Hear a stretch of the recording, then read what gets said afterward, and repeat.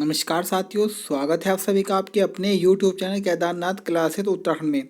तो देखिएगा, रात के 10 बज चुके हैं। 10 बजे रोजाना हम आपके लिए लेकर आते हैं उत्तराखंड खजाना क्लास, जो आपकी आगामी परीक्षाएं बीडीओ, बीपीडीओ, आरओ, क्लर्क और सचिवालय रक्षक की जो वैकेंसी आई है, साथ ही साथ एसआई और पटवारी की जो भर्तियां आने वाली है, उन सभी के लिए वीडियो आपके बहुत कारगर होने वाली है। इसमें आपको रिवीजन भी होता है। इसमें कुछ क्वेश्चन परीक्षावाणी के होते हैं, बाकी BS नेगी जी की बुक है, अजय रावत जी की बुक है, नीरज सेमवाल जी की है, और आपके कई सारी बुकों का मिक्सअप है, एक प्रकार से हम कह सकते हैं। आज का ये पार्ट हमारा 43 होने वाला है। इससे पहले मैं आपके 42 पार्ट करा चुका हूँ। देखिएगा, कल कुछ छात्रों का कमेंट आए थे। सबसे पहले जो कमेंट आया था कि सर पुलिस की जो भर्ती है उसमें एज 2020 से काउंट हो गया 2021 से, तो अभी कुछ भी नहीं कह सकते। अगर कोई आपसे कुछ जानकारी दे रहा हो कि भाई इस समय से होगा, तो कोई भी ऐसी जानकारी नहीं है। और दूसरा कमेंट यह था कि सर क्या पुलिस में भर्ती जो है उसकी एज बढ़ के आएगी? अभी तक जो एज है वो जनरल बॉयज़ की जो है वो आपकी 22 साल है। तो देखिएगा, एज जहाँ तक है अभी कुछ कह नहीं सकते, लेकिन बढ़ने के चांस लग रहे हैं, बढ़ सकती है एज, क्योंकि आयोग ने संवाद भी जारी किया था इस चीज़ को लेते हुए। तो ये सरकार के ऊपर निर्भर करता है, कार्मिक विभाग क्या करे, कैसे करे, एज को बढ़ाएगा। लेकिन मेरे अकॉर्डिंग भी एज बढ़नी चाहिए, क्योंकि 2014 से अभी तक पुलिस विभाग में भर्ती नहीं आई थी और 2021 आ चुका है। कुछ ऐसे जनरल के छात्र हैं जिन्हें एक भी चांस नहीं मिला है पुलिस भर्ती का। तो मेरे अकॉर्डिंग तो बढ़नी चाहिए और बढ़ भी सकती है। बाकी पटवारी भर्ती 2 माह के अंतर्गत आएगी, मैं बता ही चुका हूँ। एसआई कुछ ही दिनों में आपको देखने को मिल सकता है, क्योंकि जो आपका री एग्ज़ाम हुआ था उत्तराखंड पुलिस भर्ती में, अभी उसका रिजल्ट कल जारी कर दिया है। तो आयोग के जो हमारे पुलिस विभाग के मुखिया हैं, हमारे महानिदेशक जी अशोक कुमार जी, तो उन्होंने पहले ही कहा था सारी प्रक्रिया होने के बाद में जल्द ही एसआई की भर्ती आ सकती है। तो 170 के समथिंग आपकी वैकेंसी देखने को मिल जाएगी। चलिएगा, शुरुआत करते हैं। बाकी आपके जो भी प्रश्न हो वो आप कमेंट कर दिया करें, मैं सभी के जवाब आपको अगली वीडियो में दे दिया करूंगा। क्वेश्चन नंबर 1 है, वंदे मातरम गीत का कुमाऊनी भाषा में अनुवाद किसके द्वारा किया गया था? तो वंदे मातरम का कुमाऊनी अनुवाद हरिराम त्रिपाठी जी ने किया था। तो क्वेश्चन नंबर 1 का आंसर हमारा बी हो जाएगा। अगर हम बात करें वंदे मातरम के बारे में, तो देखिएगा, हमारा जो राष्ट्रीय गीत है वह वंदे मातरम है। वंदे मातरम की मैं बात करूँ तो याद रखिएगा, 65 सेकंड में गाया जाता है, या 1 मिनट 5 सेकंड आपको देखने को मिलेगा ऑप्शन में। उसके बाद अगर हम बात करें तो जो वंदे मातरम गीत है, इसे संविधान में जो अपनाया था वह 24 जनवरी 1950 को अपनाया गया था। उसके बाद मैं बात करूँ कि वंदे मातरम को सर्वप्रथम गाया कब गया था, तो वंदे मातरम को सबसे पहले जो गाया गया था वह 1896 में कोलकाता अधिवेशन में गाया गया था, और उस अधिवेशन की जो अध्यक्षता की थी रहीमतुल्लाह सैनी जी के द्वारा की गई थी।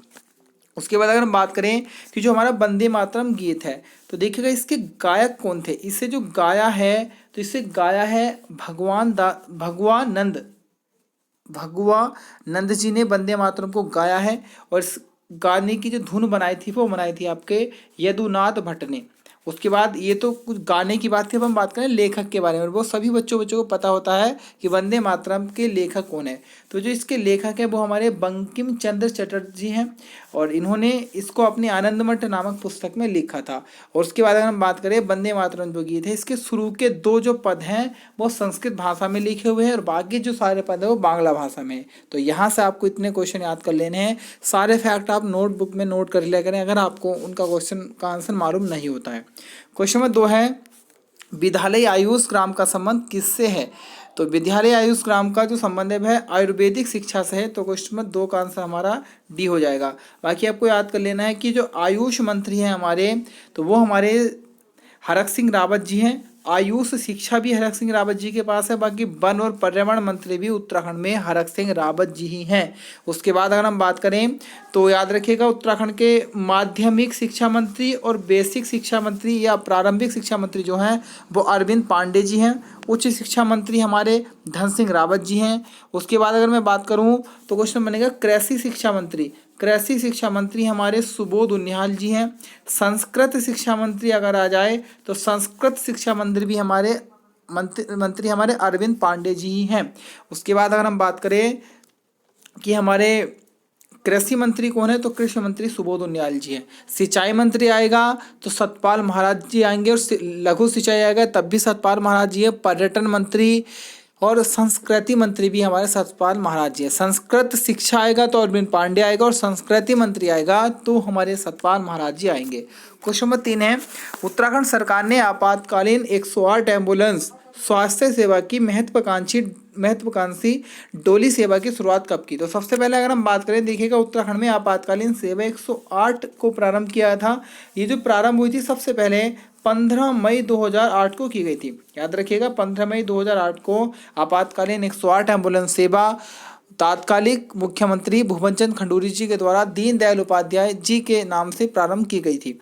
उसके बाद अगर हम बात करें तो इसी के सहायक के तौर पे एक डोली सेवा प्रारंभ की गई। देखिए डोली सेवा उनके लिए है जैसे पहाड़ी एरिया है, दुर्गम रास्ते हैं जहाँ पर हम कह सकते हैं कि एम्बुलेंस वगैरह की व्यवस्था नहीं हो सकती है या नहीं जा सकती है, और गर्भवती महिला हो कोई तो उनकी सुविधा के लिए डोली वगैरह की सेवा की शुरुआत की गई है आपके 17 अप्रैल 2012 को। तो एम्बुलेंस सेवा आएगा तो 15 मई 2008 और डोली सेवा आएगा तो 17 अप्रैल 2012 को।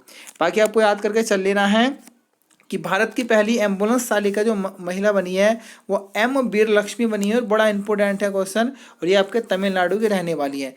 बाकी अगर मैं बात करूं तो भारत की पहली महिला जो राफेल उड़ान उड़ाने वाली है वो शिवांगी सिंह है। उसके बाद मैं बात करूं भारत की सबसे कम आयु की महिला पायलट है आयशा अजीत जी। उसके बाद अगर मैं बात करूं तो क्वेश्चन बनेगा सेल का, नाम सुना होगा आपने, बहुत प्रसिद्ध है, steel authority of India limited. इस सेल की जो पहली महिला अध्यक्ष बनी है वो सोमा मंडल बनी है। भारत की पहली लोको पायलट यानी कि ट्रेन को चलाने वाली जो महिला बनी है वो बनी है आपकी सुरेखा यादव जी। उसके बाद अगर हम बात करें तो एक क्वेश्चन और याद रखिएगा, थोड़ा वर्ल्ड लेवल पर है, कि जो आपकी टाइम पत्रिका होती है, टाइम पत्रिका के फ्रंट कवर पर आने वाले प्रथम ट्रांसजेंडर यानी कि किन्नर कौन है आपके? इलियट पेज जी हैं। उसके बाद आपको ये भी याद रख लेना है यूएनओ में जाने वाली प्रथम ट्रांसजेंडर है आयशा मुगल, जो कि पाकिस्तान से बिलोंग करती है। इतने फैक्ट आपको यहाँ से याद कर लेने हैं। देखिएगा उत्तराखंड में पढ़ रहे हैं, साथ ही साथ 30 नंबर का जीएसओ उसे भी अगर हम इसी प्रकार से रिवीजन करके चलेंगे तो आपको बहुत सहायता मिलेगी। याद रखिएगा आपको इस चीज़ का बेनिफिट एग्जाम हॉल में जाकर मिलेगा, और जब आपके डायरेक्टली माइंड में क्वेश्चन फंसेंगे तो इन क्वेश्चन को ईजी में मत लीजिएगा। यहाँ पे आपका करंट अफेयर्स भी रिवीजन होता है, उत्तराखंड का करंट अफेयर्स भी रिवीजन होगा, जीएस भी रिवीजन होगा, और उत्तराखंड तो मैं अच्छे से करा ही रहा हूँ, तो इसलिए पूरी क्लास को सुनते रहिएगा बाकायदा अच्छे तरीके से, स्किप मत करिएगा बिल्कुल भी। क्वेश्चन नंबर 4 है उत्तराखंड में नैनी दून रेल सेवा कहाँ से कहाँ तक चलाई जा रही है? तो अगर हम इसकी बात करें तो ये हमारे देहरादून से काठगोदाम तक चलाई जा रही है। तो क्वेश्चन नंबर हमारे 4 का आंसर भी हो जाएगा, देहरादून से काठगोदाम। अगर हम बात करें काठगोदाम के बारे में तो याद रखिएगा 1882 में सबसे पहले यहीं से ट्रेन पटरियां बिछनी प्रारंभ हुई थी, जो 1884 में चल चुकी थी, उस पर मतलब कार्यरत हो गई थी। काठगोदाम की हम बात करें तो काठगोदाम हमारा गोला नदी के तट पर स्थित है। बाकी हम काठगोदाम के बारे में अगर बात करें तो कुमाऊं का प्रवेश द्वार काठगोदाम को ही कहा जाता है। क्वेश्चन 5 है, ये क्वेश्चन में आपके लिए है, इसका आंसर आप बताइएगा किस शासक को धर्मपरायण शासक भी कहा गया है? ऑप्शन आपके सामने है, अगर कुछ और भी आंसर हो तो आप कमेंट बॉक्स कर सकते हैं। क्वेश्चन नंबर 6 है उत्तराखंड में प्रसिद्ध गुलाब राय मैदान जहां पर पशु व्यापार किया जाता था वह किस जनपद में स्थित है? तो अगर हम बात करें गुलाब राय मैदान तो ये हमारा रुद्रप्रयाग में स्थित है। तो क्वेश्चन नंबर 6 का आंसर हमारा बी हो जाएगा। क्वेश्चन ऐसे भी बन सकता है कि गुलाब राय मैदान कहाँ पर है? रुद्रप्रयाग में। और गुलाब राय मैदान में किसका व्यापार होता था मुख्य रूप से? तो पशुओं का। बाकी आपको याद रखना है कि अल्मोड़ा की अगर हम बात करें तो अल्मोड़ा में सोमेश्वर मेला पशुओं का प्रसिद्ध मेला है। और भारत की हम बात करें तो सोनपुर बिहार में भारत का सबसे बड़ा पशुओं का मेला लगता है, और पशु आबादी में भारत का स्थान प्रथम है, और हमारा पशु दिवस है 4 अक्टूबर को। ये फैक्ट आपको यहाँ से याद करके चल लेने हैं। क्वेश्चन नंबर 7 है मंदाकिनी झरना किस जनपद में है? तो मंदाकिनी झरने की बात करें बच्चों तो ये हमारा जिला उत्तरकाशी में स्थित है। तो क्वेश्चन नंबर 7 का आंसर हमारा सी हो जाएगा। बाकी उत्तरकाशी की मैं बात करूं तो उत्तरकाशी की स्थापना 1960 में हुई थी। उसके बाद में बात करूं तो वरुणावत पर्वत, एक पर्वत है वरुणावत पर्वत की तलहटी में भागीरथी नदी के तट पर हमारा उत्तरकाशी स्थित है।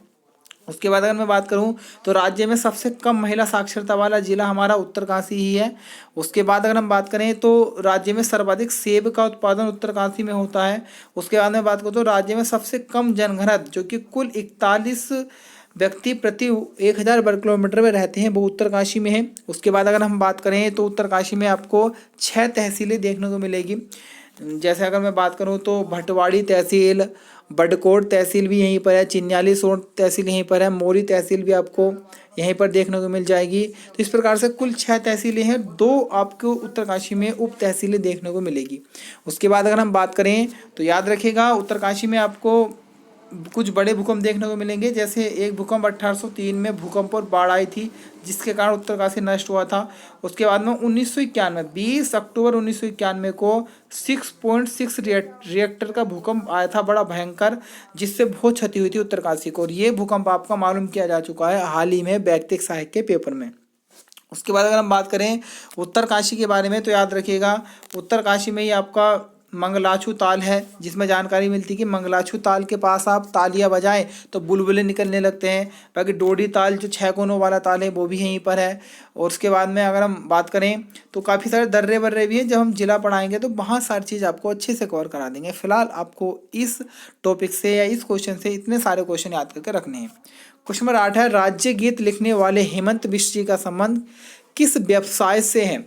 तो अगर हम बात करें तो ये इनका जो संबंध है वो मेन रूप से आपके शिक्षा से संबंधित है। तो क्वेश्चन नंबर 8 का आंसर हमारा सी हो जाएगा। शिक्षा से आपको याद रखने है, राष्ट्रीय शिक्षा दिवस हमारा 5 सितंबर को है। राष्ट्रीय शिक्षक दिवस 5 सितंबर को है। अंतर्राष्ट्रीय शिक्षक दिवस आएगा हमारा 5 अक्टूबर को। और राष्ट्रीय शिक्षा यानी कि नेशनल एजुकेशन डे आएगा हमारा 11 नवंबर को। 11 नवंबर को अबुल कलाम आज़ाद, अब्दुल नहीं अबुल कलाम आज़ाद जी का जन्म हुआ था, जो भारत के प्रथम शिक्षा मंत्री थे। और वर्तमान में भारत के शिक्षा मंत्री हैं रमेश पोखरियाल निशंक जी, जो हमारे हरिद्वार जिले से सांसद भी हैं। तो यहाँ से आपको इतने फैक्ट याद करके चल लेने हैं। क्वेश्चन नंबर 9 है, किस वृक्ष को वरदान वृक्ष कहा जाता है? तो यह उत्तराखंड का वरदान हम इसे बोल सकते हैं। तो ये हमारा है बांज वृक्ष। तो क्वेश्चन नंबर 9 का आंसर हमारा बी हो जाएगा। जानकारी मिलती है कि बहुत अधिक इनकम इससे या एक प्रकार से बहुत अधिक लाभ होता है आपके बांज वृक्ष से। जैसे ये हम बात करें तो बहुत सारी औषधियाँ देता है, आपके बाढ़ आने से रोकेगा, मिट्टी के कटाव को रोकेगा। तो इस प्रकार के कुल मिलाकर बहुत अधिक इनकम होती है, और इसी कारण हम बांज को वरदान के नाम से भी जानते हैं, बांज वृक्ष को। क्वेश्चन नंबर 10 है, उत्तराखंड का अंतिम राजा कौन था? तो उत्तराखंड के जो अंतिम राजा थे वो हमारे प्रघुमन शाह जी थे। तो क्वेश्चन नंबर 10 का आंसर हमारा बी हो जाएगा। देखिएगा एकमात्र ऐसे राजा हैं प्रघुमन शाह जी जिन्होंने कुमाऊं गढ़वाल दोनों पर शासन किया है। उसके बाद अगर हम बात करें तो गोरखों का आक्रमण हो जाता है गढ़वाल क्षेत्र पे, और ये 1804 में खुड़बड़ा के मैदान में शहीद हो जाते हैं। उसके बाद बहुत कहानी अटपटी आती है, अंग्रेजों से सुदर्शन शाह जी मिलते हैं, और मिलकर उसके बाद में हमारा गढ़वाल का बंटवारा हो जाता है, एक तरफ टिहरी रियासत और एक तरफ आपका ब्रिटिश गढ़वाल वाला क्षेत्र बढ़ जाएगा। तो ये अंतिम ऐसे राजा थे जो उत्तराखंड के राजा थे पूर्णतः। तो आपका आंसर हो जाएगा प्रघुमन शाह। एक घुमाने वाला क्वेश्चन बनता है टिहरी के अंतिम राजा। तो दोनों क्वेश्चन में बहुत बड़ा अंतर है। उत्तराखंड के अंतिम राजा प्रघुमन शाह और टिहरी के अंतिम राजा आएंगे हमारे मानवेंद्र शाह जी। तो क्वेश्चन नंबर 11 का आंसर सी और 10वें का आंसर हमारा बी हो जाएगा। बाकी आपको याद करके चल लेना है कि टिहरी के जो प्रथम राजा थे वो हमारे सुदर्शन शाह जी थे, और इन्होंने 1823 में टिहरी में बंदोबस्त भी कराया था, भूमि बंदोबस्त, जो कि टिहरी का प्रथम भूमि बंदोबस्त था। उसके बाद सभासार ग्रंथों को 7 खंडों में सुदर्शन शाह जी ने ही लिखा। बाकी पवार वंश के 55वें राजा भी सुदर्शन शाह जी ही थे। क्वेश्चन नंबर 12 है, उत्तराखंड में वृक्ष मित्र पुरस्कार से सम्मानित महिला, यानी कि प्रथम महिला जिन्हें उत्तराखंड वृक्ष मित्र सम्मान मिला। तो बहुत बारे क्वेश्चन बन चुका है। इसका आंसर है आपका करेक्ट गोरा देवी जी। तो गोरा देवी जी को 1986 में ये अवार्ड मिला था उत्तराखंड वृक्ष मित्र पुरस्कार। 2-3 बार तो एग्जाम में क्वेश्चन बन ही चुका है। तो ऑप्शन 12 का हमारा सी हो जाएगा। क्वेश्चन नंबर 13 है, रतुबा फड़त्याल किस प्रकार की लोक गाथा है? तो यह एक प्रकार की वीर लोक गाथा है। तो क्वेश्चन नंबर 13 का आंसर हमारा डी हो जाएगा। क्वेश्चन नंबर हमारा 14 है, एशियाई खेल में स्वर्ण पदक प्राप्त करने वाले प्रथम उत्तराखंडी कौन है? तो ये हमारे पदम बहादुर मल जी। तो क्वेश्चन नंबर 14 का आंसर हमारा सी हो जाएगा, पदम बहादुर मल। बाकी एशियाई खेल को आपको याद कर लेना है कि एशियाई खेल की शुरुआत 1951 में हुई थी, और सबसे पहले ये खेल खेले गए थे आपके न्यू दिल्ली में।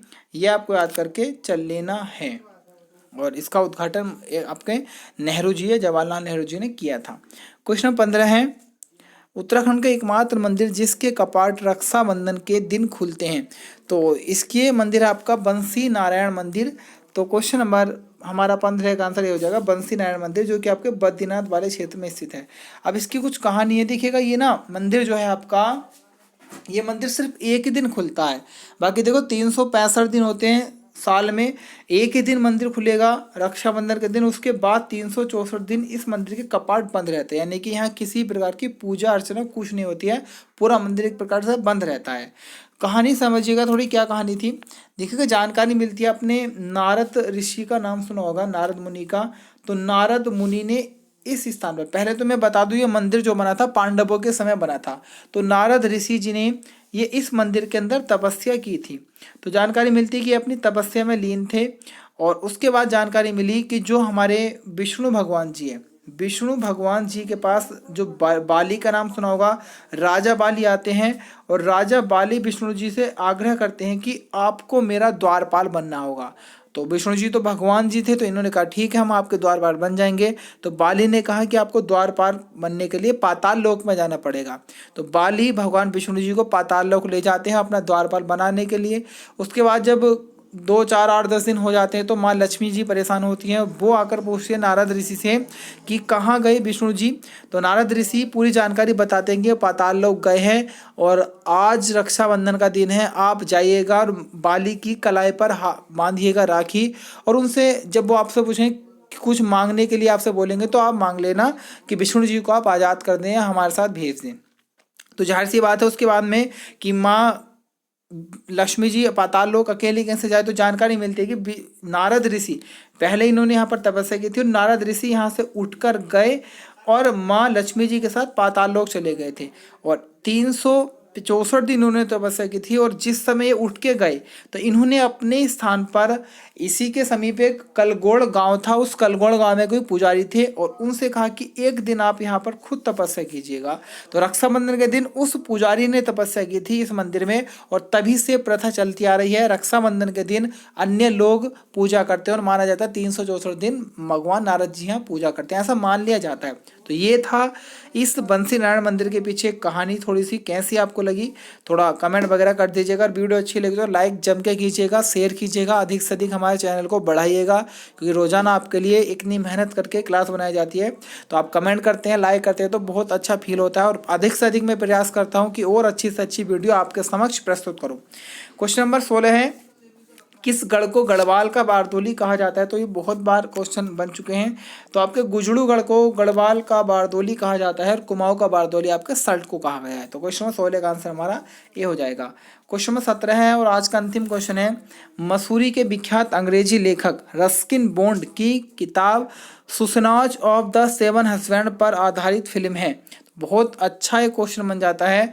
तो आपने प्रियंका चोपड़ा की मूवी 7 खून माप को देखा होगा। तो 7 खून माप रस्किन बॉन्ड की किताब सुसनॉज ऑफ द सेवन हस्बैंड पर आधारित हो। तो क्वेश्चन नंबर 17 का आंसर हमारा ए हो जाएगा। बाकी रस्किन बॉन्ड के बारे में मैंने आपको कल भी बताया था, इनकी जो प्रथम कृति थी वह रूम ऑफ द रूप थी और ये भारत के सबसे बड़े बाल साहित्यकार भी हैं। ये क्वेश्चन याद कर लेना है।